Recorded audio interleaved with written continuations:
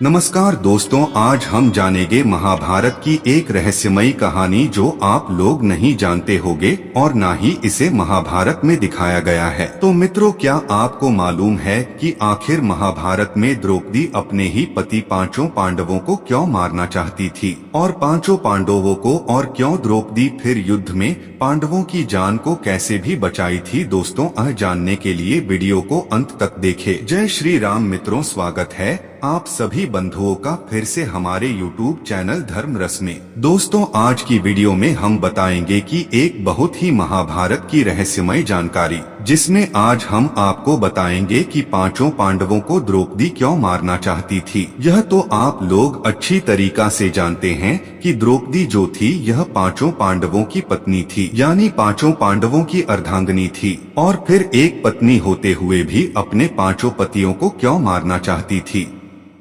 दोस्तों, यह तो सोचने वाली बात है कि द्रौपदी तो मारने की बात तो बहुत दूर है, परंतु द्रौपदी के लिए अपने पतियों के प्रति कभी सोचना भी नहीं चाहिए था, क्योंकि एक सती अबला नारी पंच कन्याओं में से द्रौपदी की गिनती होने वाली हो, और वह द्रौपदी अपने पतियों पांचों पांडवों के लिए क्यों मारना चाहती थी। दोस्तों, द्रौपदी को ऐसी क्या सोच बदल गई थी जिससे द्रौपदी और पांचों पांडवों में या कोई और कारण था जिससे द्रौपदी उस कारण के पीछे जो द्रौपदी पांडवों को मारना चाहती थी। दोस्तों, कुछ समय बीतने के बाद महाभारत का युद्ध हुआ। तो उस महाभारत के युद्ध में पांडवों की जान कैसे बची थी? दोस्तों, इस विषय को लेकर के हम इस वीडियो में आपको बताने के लिए जा रहे हैं। आपसे निवेदन है कि आप हमारी वीडियो को लाइक और चैनल को सब्सक्राइब जरूर कर लें। दोस्तों, इस महाभारत की रहस्यमयी कहानी सुनाने जा रहे हैं। दोस्तों, इस महाभारत की कहानी के लिए शुरू से अंत तक ही सुने, तभी आपको यह जानकारी पूरी मिल पाएगी कि द्रौपदी पांचों पांडवों को क्यों मारना चाहती थी। तो चलिए मित्रों, बढ़ते हैं आगे। प्रिय मित्रों, बात यह महाभारत के समय की है, यानी द्वापर युग की है,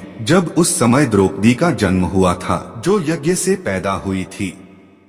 राजा द्रुपद की यह कन्या थी और यज्ञ से यह पैदा हुई, तो इसी द्रौपदी के लिए यज्ञ की सोना भी कहा गया, और बताया गया कि ये द्रौपदी जो थी ये काली का अवतार थी, यानी यज्ञ सैनी थी।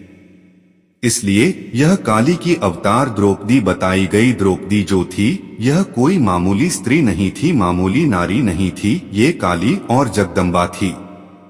दोस्तों, आपसे ये भी मिलता है कि महाभारत कथा में पांडवों को 12 साल के वनवास और 1 साल के अज्ञातवास में रहने का बात मिलता है।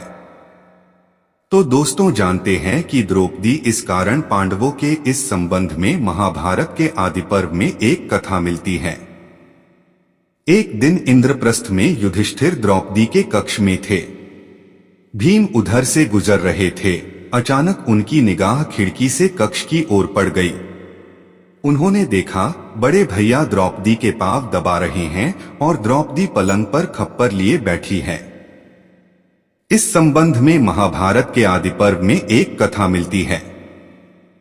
एक दिन इंद्रप्रस्थ में युधिष्ठिर द्रौपदी के कक्ष में थे। भीम उधर से गुजर रहे थे। अचानक उनकी निगाह खिड़की से कक्ष की ओर पड़ गई। उन्होंने देखा बड़े भैया द्रौपदी के पांव दबा रहे हैं और द्रौपदी पलंग पर खप्पर लिए बैठी है और बड़े ही क्रोध से युधिष्ठिर को देख रही है। बीच बीच में कह रही हैं, मैं तुम सबको खा जाऊंगी, रक्त पीऊंगी।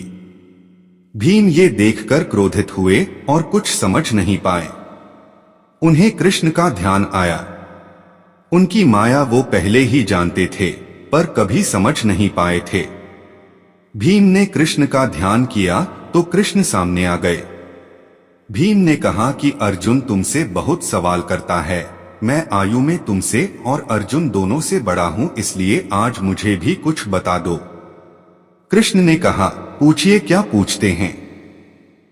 भीम ने कहा, तुम्हारी माया क्या है, मुझे भी दिखा दो। इस पर कृष्ण कहते हैं, अच्छा, आज की रात आप चुपचाप वन चले जाइएगा और तालाब के किनारे एक वृक्ष है, उस पर बैठ जाइएगा। भीम ने ऐसा ही किया। उधर रात गहराई और अचानक ही वहां प्रकाश फूटा और सरोवर के किनारे कई सिंहासन लग गए। थोड़ी देर में इंद्र, मारुत आदि देवता और योग योगिनियां भी प्रकट हुई। इसके बाद भीम ने देखा कि द्रौपदी अपने उसी भयानक रूप में चली आ रही है। पीछे महाराज युधिष्ठिर समेत उनके सारे भाई और सबसे पीछे नारायण भी हैं। द्रौपदी सबसे ऊंचे सिंहासन पर बैठ गई। युधिष्ठिर ने फिर से क्षमा मांगते हुए अभयदान मांगा तो द्रौपदी क्रोध में फुंफकारने से लगी। भीम ने देखा कि क्रोधित हुई द्रौपदी का रंग काला पड़ने लगा और वह धीरे धीरे काली मां में ही बदल गई। अब वहां जो भी योगिनी उपस्थित थीं, वह सब रक्तन देही कहने लगी और खप्पर पटकने लगी। भीम यह सब देखकर मूर्छित हो गए। होश आया तो सामने कृष्ण खड़े थे। उन्होंने पूछा कि क्या देखा? भीम ने कहा, आपकी माया। कृष्ण ने कहा, कोई उपाय है? भीम ने कहा, आप बताइए। कृष्ण ने कहा, आज दोपहर जब द्रौपदी भोजन परोसे तो खाना मत, छूना भी मत, और जब पूछे कि क्या चाहिए तो कहना एक वचन। भोजन परोसते हुए द्रौपदी मना नहीं कर सकेगी। भीम ने ऐसा ही किया। पांचाली ने पूछा, क्या चाहिए? भीम ने तपाक से कहा, हम पांचों को अभयदान। द्रौपदी ने अभी ये सुना ही था कि कृष्ण आ गए और बोल पड़े कि छठे प्राण मेरे भी छोड़ दो। इसी पर द्रौपदी खींच गई और इसी दौरान कुछ बोलने की कोशिश में उसकी जीभ दांत के बीच आ गई। इससे जीभ को घाव लग गया और जमीन पर रक्त की 6 बूंदें गिर गईं। इतने में द्रौपदी सावधान हो गई और अन्य बूंदें गिरने से बचा लिया। फिर उसने कहा, ठीक है माधव, जैसा आप कहें ऐसा। कहते ही पांडवों और कृष्ण को अभयदान मिल गया। महाभारत युद्ध में यही योद्धा जीवित बचे, बाकी मारे गए या फिर श्राप झेलते रहे। युद्ध में अर्जुन नारायण का निमित्त बना, नारायण काली के लिए माध्यम बने और काली का कालरात्रि अवरात्र महाभारत में खप्पर भर भर कर रक्त पीता रहा। द्रौपदी असल में कौन है, इसकी बानगी हमें तब मिलती है जब वह दुशासन की छाती के लहू से बाल धोती है।